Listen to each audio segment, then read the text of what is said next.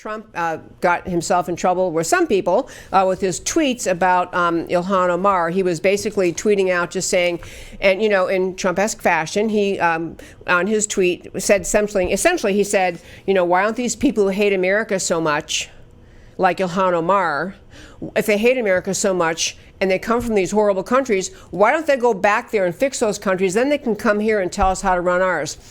And it's a really interesting thing because Ilhan Omar goes out of her way to call herself Trump's worst enemy. She likes that label. She has it on an embroidered, tapestry hanging on the wall of her office. Is that basically something along the line, I am Trump's worst enemy.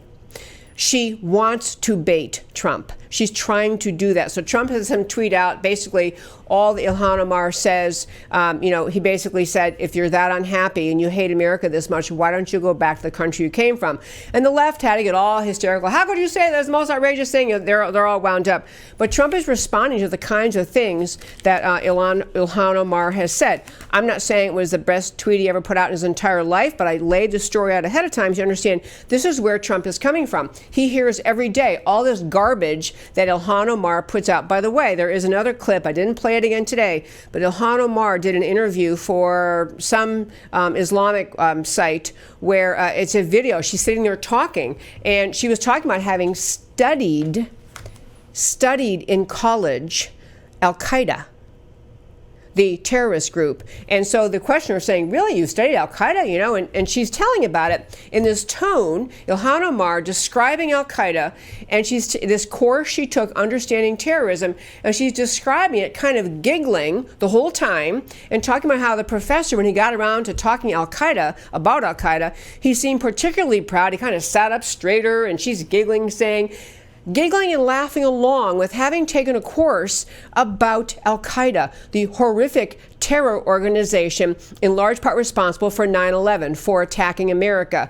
Now, most people understand, especially politicians, that if you're speaking in public and you're praising Al-Qaeda and you're not condemning them, you're not saying this horrific terror organization that attacked America without provocation, that kills innocent people all over the world, if you don't call it that, people might think you like them. People might think that you are in support of them. This is what Ilhan Omar did in this video, which Trump then alluded to today. Trump, by the way, is not backing down at all from this tweet that's become so controversial. He's basically said, I think it was at the White House today, he's basically saying, this Ilhan Omar thing, I mean, she likes Al-Qaeda. She praised Al-Qaeda. So I got to tell you, folks, I think these are really, really important. I know these are vitally important political times in our country. I do want to urge you to think about the idea of what it means that we have a member of Congress who happily praises Al-Qaeda, who regularly trashes Israel, Jewish people, who barely apologizes, and the entire American left can barely bring themselves to even criticize her. And she is staunchly among the more radical leftists who are very much redistributionists, want to be socialists, want to have government programs, take care of everybody. You heard that in her remarks when she had that one pastor testifying before the committee she was on in Congress. We covered it a few weeks ago on this show.